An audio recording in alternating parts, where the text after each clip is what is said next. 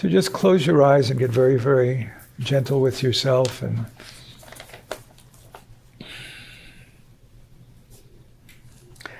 and think of a middling to somewhere between 50 to 80%, maybe 85% discomfort you had with somebody, somewhat maybe recently, where there was a misunderstanding, or you got pissed off, you got angry, or you felt slighted, or you felt injured, or it didn't go well.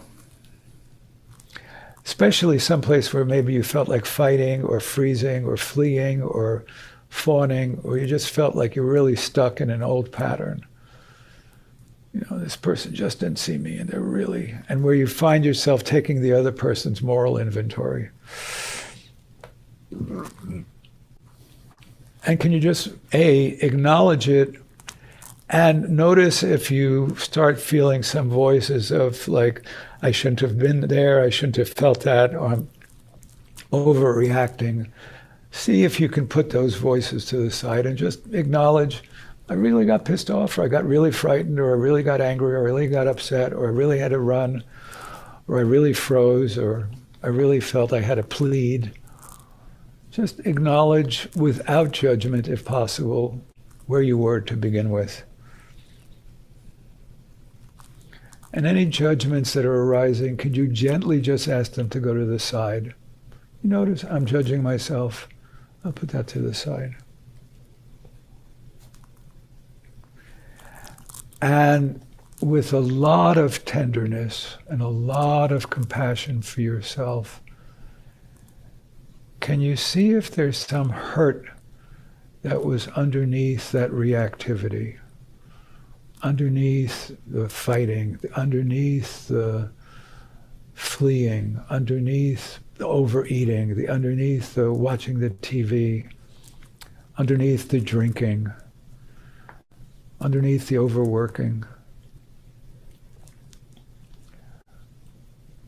There's some pain of not being seen, not being respected, not feeling loved, not feeling considered. And can you just sense what that's like?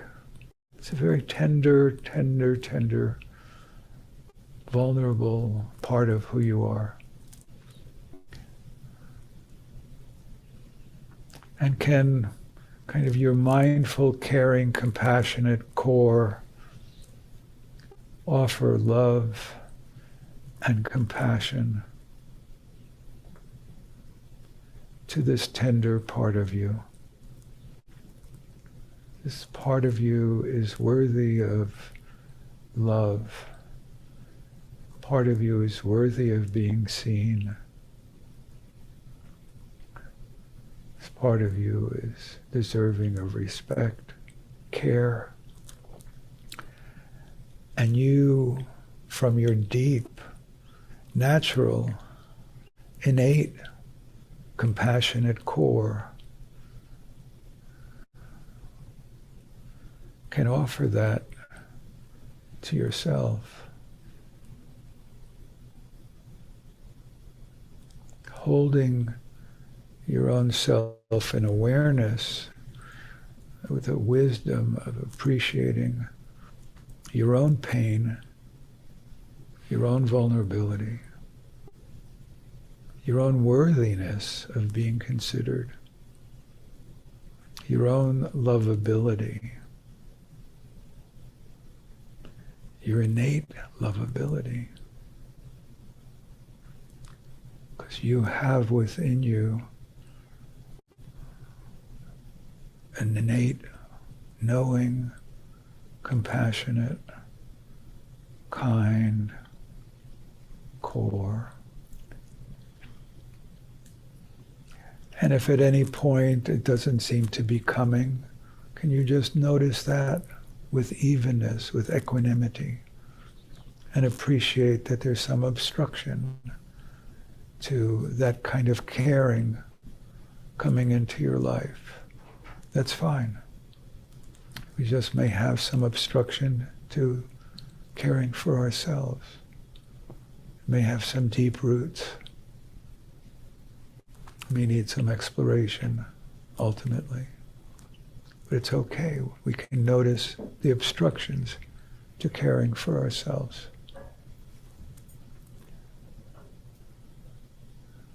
There's no rush. There's no need for judgment. We're just sort of becoming aware of where it's easier or harder for us to take certain steps. So just sort of review what we just went through internally. See where there was maybe some ease, see where maybe there was some obstruction. Just with awareness, not judgment.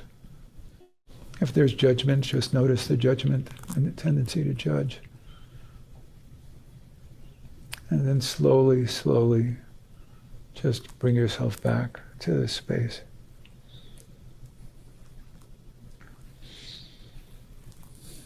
It is very, very typical for us, you just have to listen to country western music, to seek love in all the wrong places.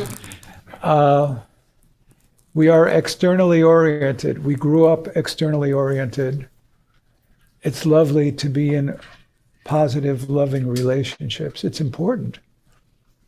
But it's also wonderful to be able to realize that we can care and love for ourselves in a healthy, appropriate manner, in a tender, caring manner, which is reflective of our inner Buddha nature. Our Buddha nature cares for us to begin with. In the tradition, it's not as emphasized as I think we need it in the modern contemporary situation. It's very important, this ability to care for oneself. If we look, it's implicit in the tradition, I would say. What is clear is that it's implicit because in practicing, we are invited to reflect on times when we felt loved. And if we can recognize what that feels like and how good it feels, we can begin to share it with others. But if we have no recall of ever anyone, even a pet, looking, loving us, dog, attentive, if we can't get in touch with how it feels to receive that and give that to ourselves, it's actually going to be an obstacle to cultivate this boundless love. So even from a perspective of wanting to become a boundlessly loving person, even with that aspiration, it's really important to be able to receive a compliment. Sometimes, somebody gives you a compliment and you just deflect it. Oh, I don't want to be proud. And it's like, no, receive it, right? So all of this is very significant for just a healthier, happier life. And it is also actually, in fact, very essential for this boundless state that we are aspiring to. So may we all be kind to ourselves and encourage other people, our friends, to be kind to themselves. Maybe we didn't get a lot of encouragement to do that. It's a good litmus test to see what is easier for you, giving care or receiving care.